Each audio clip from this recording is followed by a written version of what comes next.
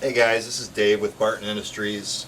Today I'd like to show you our new shifter for the 2015 Mustang, what sets it apart from everything else out there, what makes it better than the factory shifter. We're going to do a component breakdown of the machining that goes into the shifter, the components, and why we made them that way.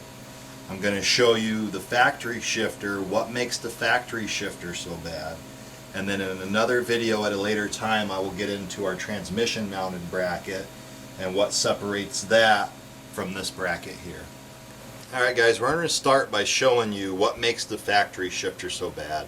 First off, you have the rear bracket here that offers no support to it. As your transmission's under load and you're pushing and shifting, this is going to move around on you, and we'll show you in a video here in a little bit how much this actually moves just from the force of your hand shifting it. The second component that makes the shifter so bad is the pivot cup. Now in my personal car, I have a car that was built, one of the first 500 cars built. It came with this pivot cup. Well, we ordered another shifter so that we could have two shifters on hand while we're developing our shifter. In the shifter that we ordered, it came with this pivot cup. Now what I think Ford has done, and I can't get any answers from anybody, is I think they've gone to this pivot cup because this one makes a lot of noise. But the problem with this pivot cup is that it allows a ton of deflection on the center shaft here. And we'll show you that in a video here in a little bit. When you secure this, whether with it's our 2-post bracket or a transmission mount, that this deflects so much that it will lock you out of second gear. Basically what you have is this opening in the casting. This pops on your shifter here.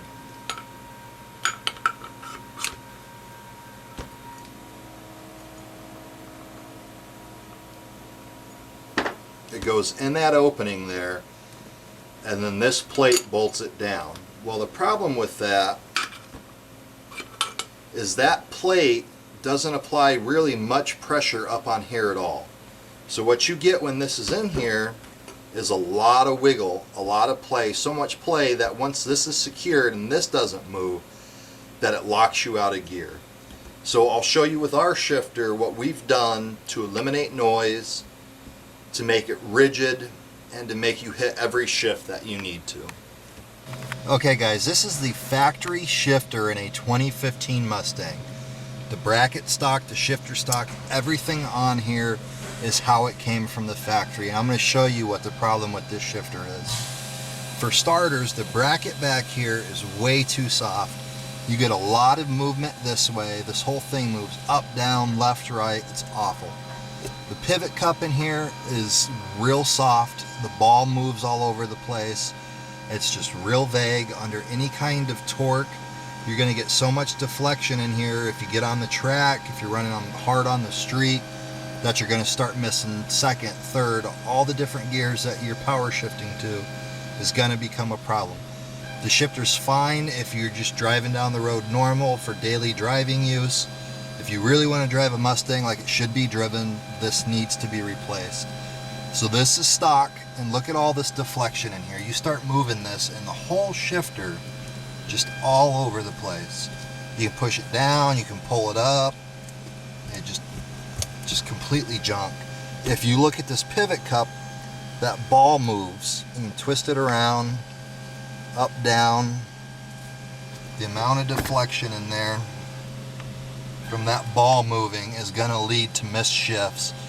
So in the next video, what we're going to do is we're going to take care of this problem, the actual movement of the shifter itself.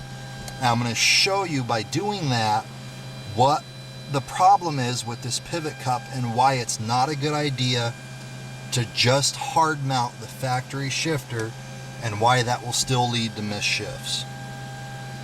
Okay guys, what we've done now is we now have our shifter rigid mounted so that the play in here is gone. You push on it, you pull on it, this is not moving now. Your shifter is hard mounted. But I want to show you what the problem with doing that is that now all the movement that normally would have been here ends up in your pivot cup. The factory shifter has so much play in here that it will lock you out of gear.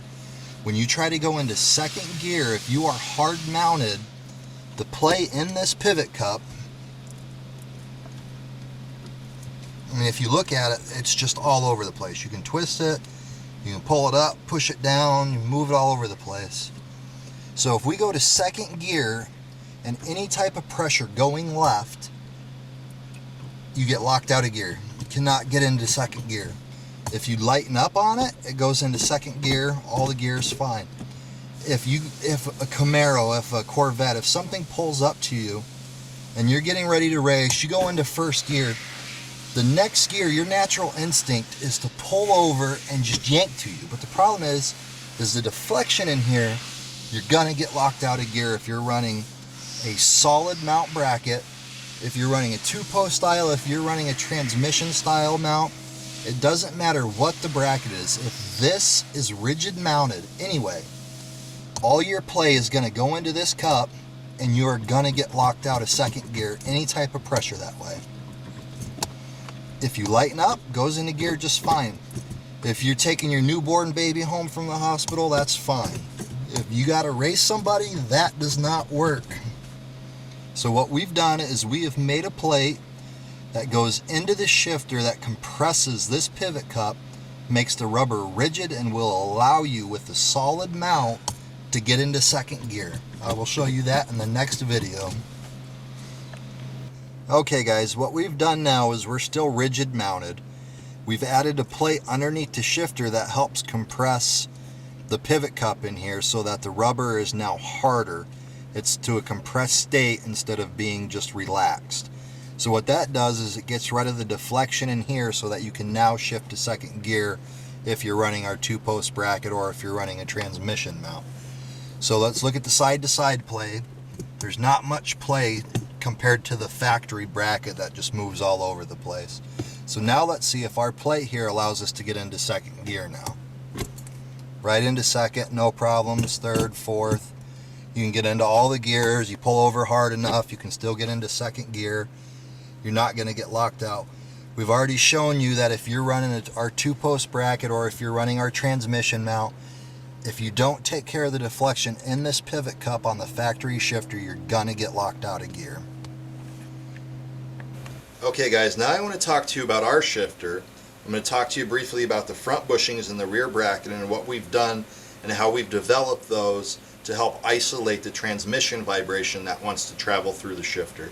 So looking at these bushings here, they're made out of 303 stainless steel. They go into the front arm here, and then you have a bolt that goes into your transmission and holds those tight. Well, on this bushing here we have Barton O-rings. It's a lot better, takes a lot more heat than your standard Buena O-ring.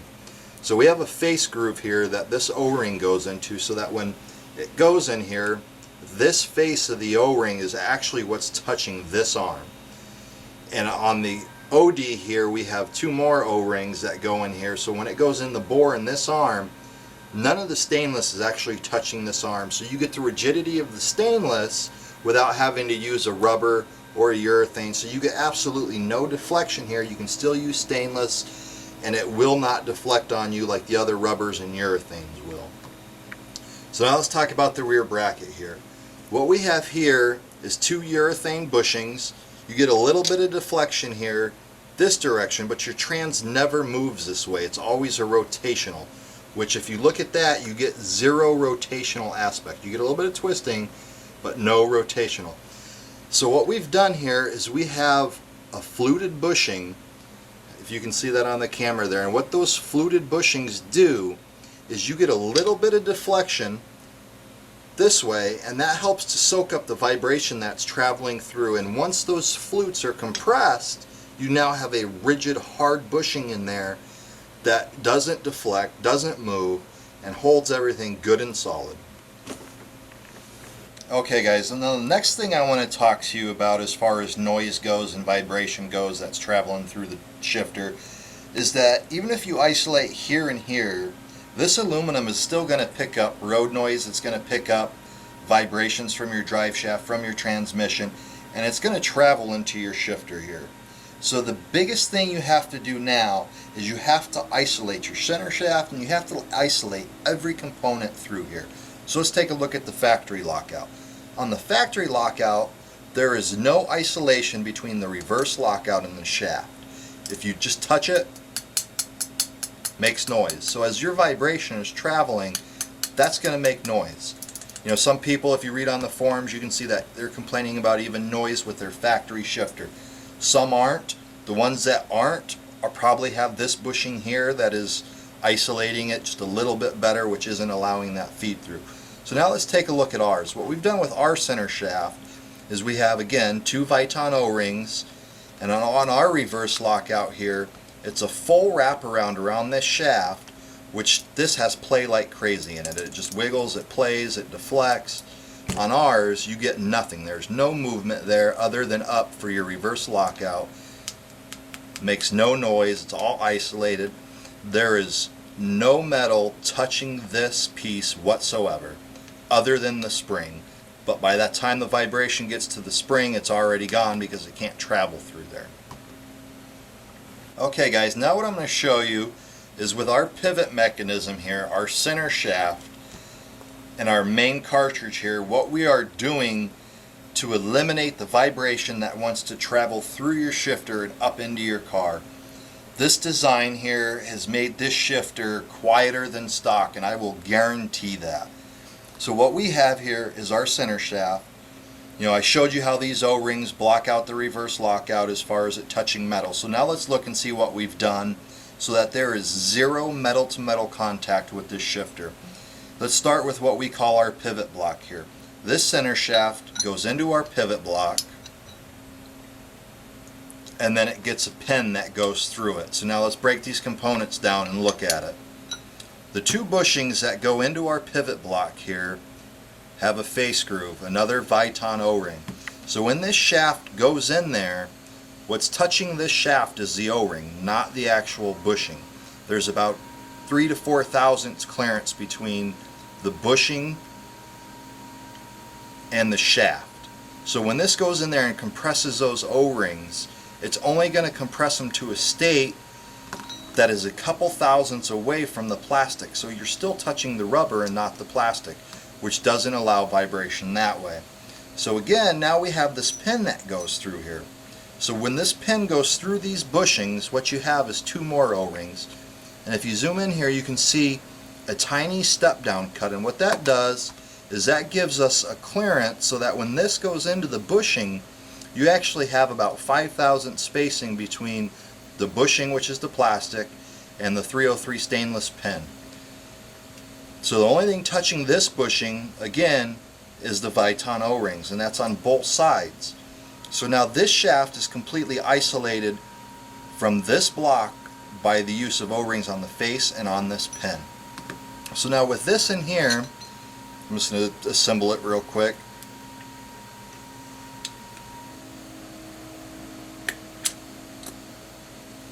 And we have set screws that gets locked down and Loctited, but I'm not going to do that for just the demonstration of this video.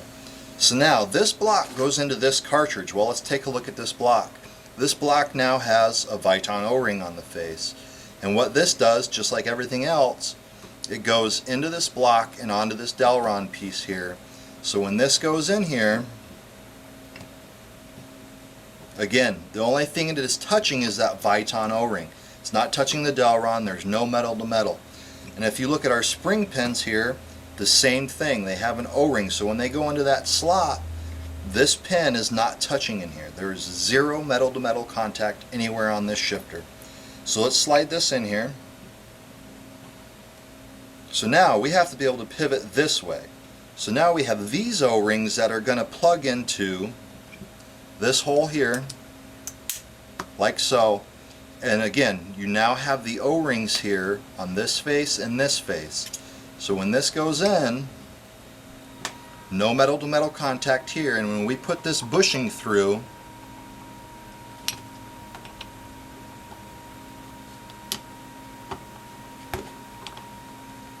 there's zero metal to metal contact from that pivot point through this main housing.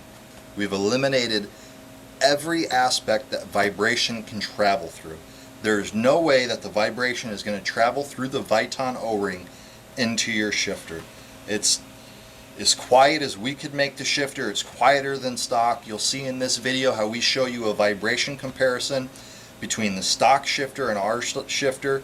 by setting a cup of water up there so you can see the vibrations coming through it. You'll see that video here in a little bit. Okay guys, now I want to talk to you about our main housing here, what we've done with our bushings, the way we're going to hold the linkage, and what we've done with the bushings and the design of our unit here that helps isolate the vibration. So if we take a look at what we call our bottom cap here, you can see that there's a recessed O-ring in here.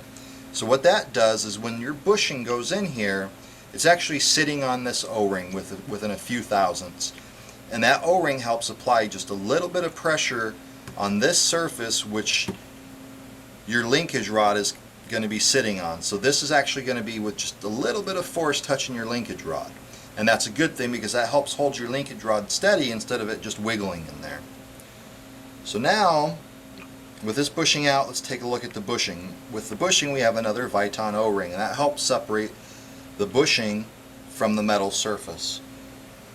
And the way we develop this is on these bosses here we have about a 7-degree taper, and what that does is when you put these two surfaces together, they go in these holes here so that they line up dead perfect every time. There's zero slop, zero movement. It's within tenths of a thousandth. You cannot wiggle that. It will not move. So that is going to hold your linkage good and steady. Now let's talk about the factory bushing. There's been a lot said about the width of this bushing and why it's bad. I'm here today to tell you that that is not the case. The width of this factory bushing doesn't matter. The only thing that matters when you are talking about rail systems, slides, is the spacing of those bushings. Having these bushings set 4 inches apart is just like having one solid bushing. It doesn't matter the width of these bushings. The only reason we made our own bushings was because it was a lot easier to machine a square and set that in there than it was to take a wheel cutter to try to fit that in there. That is the only reason why we even replaced these. In our 11 to 14 shifter in the stock box with just our bolt-on top loader, we maintain these, and the reason why is because what I just told you, they work. You can get a little bit of deflection here from this rubber, but with them in the stock shifter where they're in the compressed state, they don't deflect all that much. We've put a press on there, on the linkage, put indicators on there, and you're only talking a couple thousandths deflection. So that's the stock bushings. But with our main housing here, between isolating the bushings from the housings, the material we've used, it is going to allow your linkage to slide and be quiet like it should be. Okay guys, now I want to talk to you about the main shifter body and what we've done in attaching this arm here. So if we take a look at this, we actually have a tapped hole here, and these are threaded here. So the way this arm secures here is this, there's no movement here, nice and sturdy. So what we do is we add a bolt here. This forces this piece down on here, so you get no movement this way. Then with this piece right here being threaded, we put a bolt through here, and what that does is it takes this face, shoves it against the main body here, nice and tight. Those bolts then protrude up this surface, and we add a nut on this side, so when you tighten that nut up, it will squeeze this part of the leg against this part of the body. So you're being forced against it here, you're being forced against it here, and you're being locked down here. So what that allows us to do is it eliminates the need for a bushing here. So as you have the vibration traveling through, we have eliminated it with this piece, so we get zero deflection in this unit here. Alright guys, here's our Barton shifter in the S550. What I'm going to show you here is I've got our shifter installed, and I've got 2 lock nuts on top with a dab of rubber cement. And what I'm going to show you is that the shifter has less vibrations than what the factory one does, which of course translate to noise in the car. So I'm going to take this glass of water here,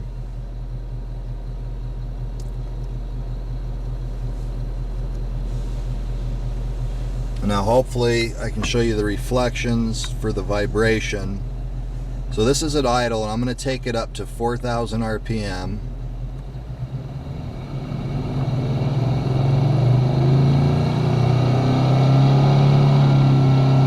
And that's 4,000 RPM, and you can see that there is not much vibration coming through that water at all.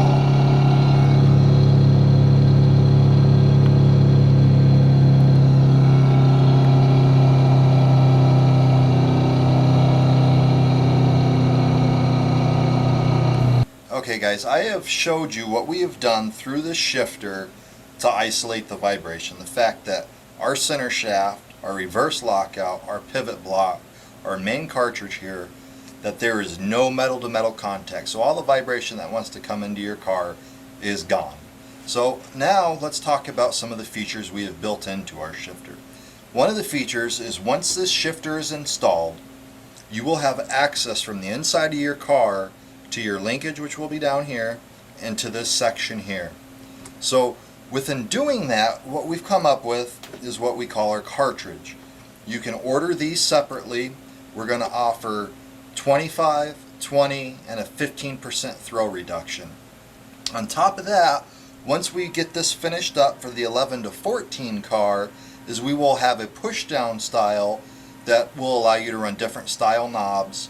We'll also have our flat stick design similar to what's in our GT500 shifter. So you will have multiple choices, all different styles, that once this is in the car, this simply slides and drops right down into that housing. You add a bolt into each corner, so you have 4 bolts, and we have a video shortly following this that's going to show you how easy it is to change this out once the shifter is installed in the car. It takes me approximately 7 minutes start to finish. The actual section of the video is, I think, roughly 3.5 minutes, because all I show is ripping everything apart and dropping this in. I don't show you how to button it back up. We'll save all that for the install video. So with these cartridges, you'll have a multiple options. You know, it'll fit everybody's style, because what we've learned through doing all this is that there is not one shifter, one throw reduction, one look that works for everybody. Everybody has their own idea, their own styles of what a shifter should look and feel like. So within these cartridges, we have self-centering springs, and the way we send it is very stiff. I would say probably 85 to 90% of you will want it stiff. However, there are those that don't want it that stiff. So we've built into our shifter a way to change that. So all you have to do is remove the 4 bolts here.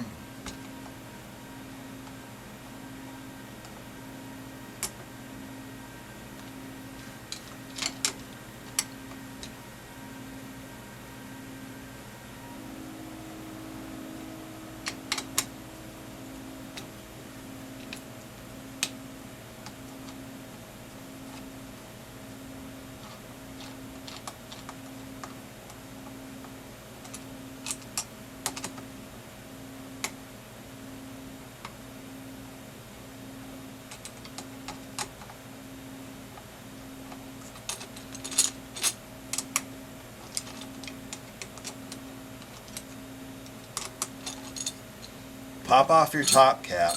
So now you have access to the springs and to the spring pads.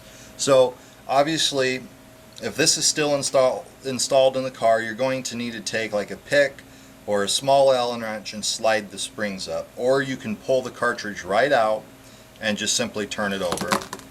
And what that's going to do is all the springs are going to come out, the spring pads. So now it's still spring loaded, but you've now made it 50% lighter. So let's say that's still too much spring pressure.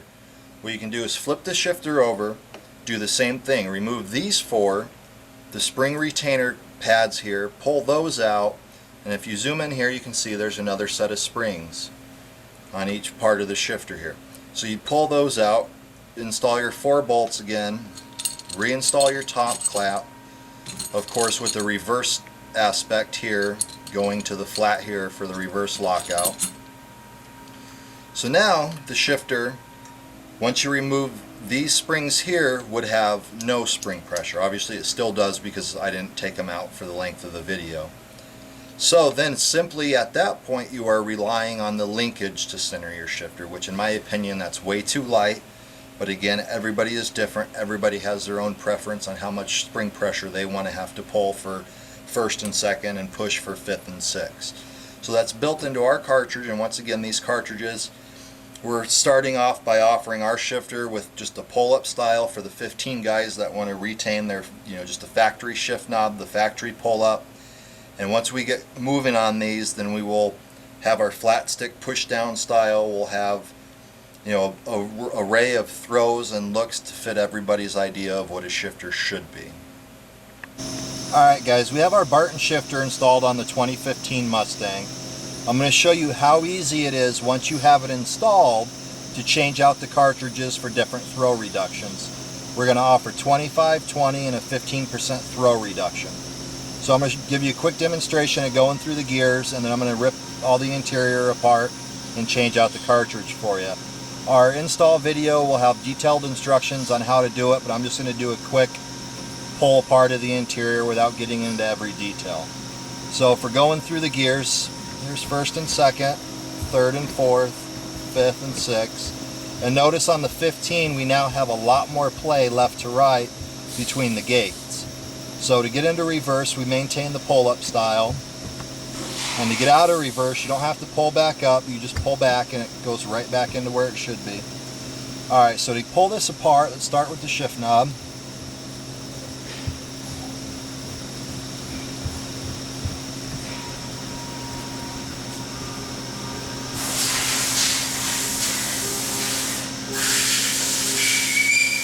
And once we got the shift knob off, pull apart the sides.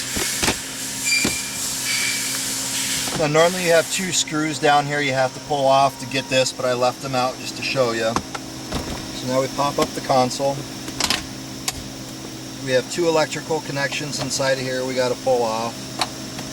And then on our reverse lockout, we just take a pick to remove the O-ring so that we can pull up the reverse lockout.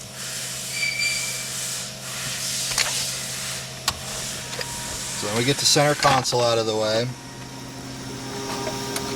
We need to maintain this piece that goes on there, so let's set that there. So once we have the center console off, we'll just pull off our foam insulation. And then this is what we supply with the kit. And then from there, just pop off the rubber boots.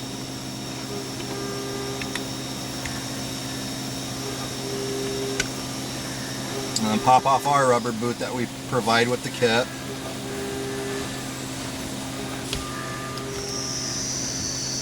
Then you want to remove these 4 bolts here.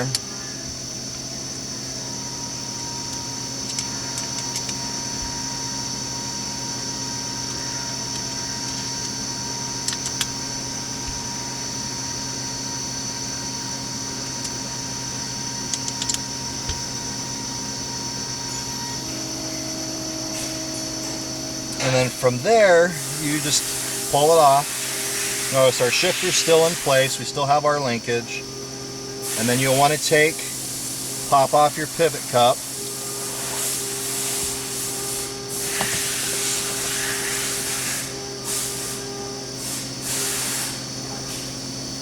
And to change out the cartridge, you want to make sure that the reverse is still to the driver's side. So then you'll just tighten these 4 bolts back up. And this is the same procedure if you want to pull the top plate off to get to the springs. That way you can loosen up your springs, and that's it.